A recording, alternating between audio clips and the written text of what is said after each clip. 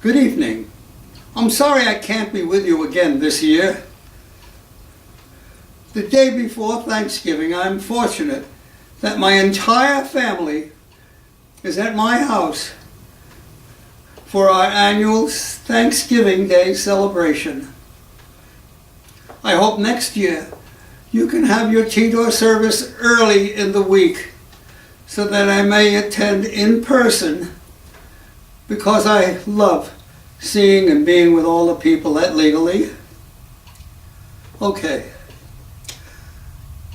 I would like to share a recent thought I had involving a neglected aspect of the LGBTQ phenomenon. I know a great number of people. Some are gay, some lesbian, some bisexual, some transgender, and some even straight people. I always stuck on that word straight because I always keep thinking, if some people are straight, does that mean the rest of us are bent, crooked, curved?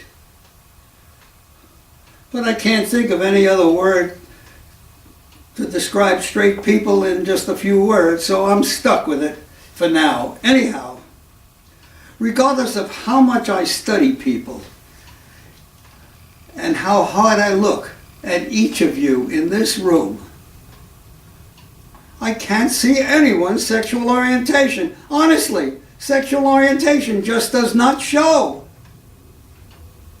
In case any of you do not have a sexual orientation, I can't even see that you have it missing. Many cases of discrimination against LGBTQ people and straight people is not based on sexual orientation, because like me, people cannot see a person's sexual orientation. What does show and what can bring discrimination on a person is the way they behave, how they express themselves. For example, my father had a cousin. His name was Max. He acted a bit feminine. If you watched his body language, you would swear he's gay or transgender, but he was neither. He was always chasing women and showed no signs of being transgender.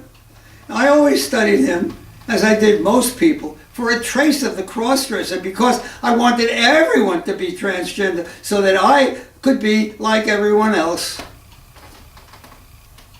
But he was not bent, crooked, or curved. He was very straight. I also know two women who were looking for an apartment, and admittedly, one of them, Lisa, looked and acted a bit masculine. They had a lot of difficulty renting an apartment because they were thought to be lesbians. Actually, they were friends who wanted to share expenses. There are many feminine-acting men and masculine-acting women who draw harmful discrimination identical to what transgender people do. Discrimination based on how people express their behavior involve gay and transgender people, and even straight people like Cousin Max. I don't mean to imply that there aren't situations where gay and lesbian people don't experience discrimination based on sexual orientation, and that gay and lesbian labels aren't mistakenly applied to transgender people. However, there are many situations where how people act or express themselves subject them to harmful discrimination.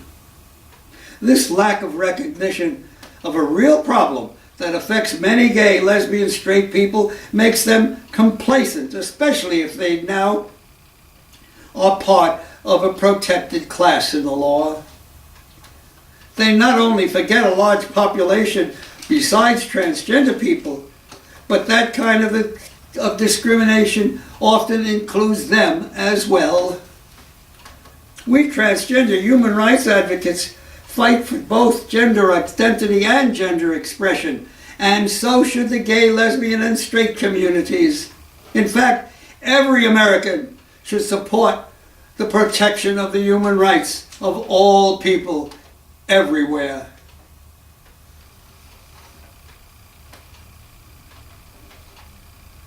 I've read a large number of studies to learn why LGBTQ people are transgender, gay, etc. Everything you can think of has been studied, from eye-pupil comparisons to older brother effect. However, when the studies indicate anything related to transgenderism, homosexuality, etc., that something is mostly symptoms and not the cause. We may not know how we got this transgender thing, but we do know we always felt like a different sex, or always felt we should be a different sex than our birth label. I believe atypical gender identity is simply one of the variations from the usual. When you study what takes place in the development of an embryo, a baby, you learn the mother's gestation period is so long and so complex a process that a variation in the child is not only possible but is likely to occur. To demonstrate the natural variability, simply look at the brothers and sisters in a family. It is rare, very rare, that siblings in any family look like each other. No one can find an explanation, cause for that variation either. Regardless of the research and the natural occurrence of our variation, I know femininity is implanted somewhere inside me.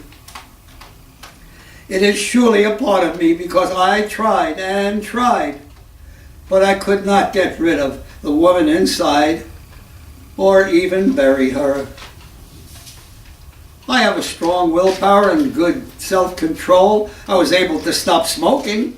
I overcame a 30-year nicotine addiction, and a habit of puffing on a cigarette reinforced almost 10 million times. I was able to quit smoking cold turkey, but I always failed to get rid of the woman inside me or even control her. My conclusion, the important reality is transgenderism is implanted in us for keeps. Given that fact, we must all accept ourselves as we were made, accept ourselves as is. Since we are stuck with transgenderism, each of us needs to join the fight to protect our human rights, equal treatment, each to his or her ability, of course. We must break the chain that has enslaved us with shame for 2,000 years. There's no excuse to sit idly by. An assumed name can protect your identity on letters, emails, phone calls, and petitions. We must participate in the fight until transgender and all people are free from the ancient evils of harmful discrimination. We must keep up the battle so the hundreds of people murdered each year because they are transgender will stop. So services like tonight's Transgender Day of Remembrance service will be a thing of the past. We must help the world to realize that God made us this way, so He must have intended for us to be this way. Thank you for listening.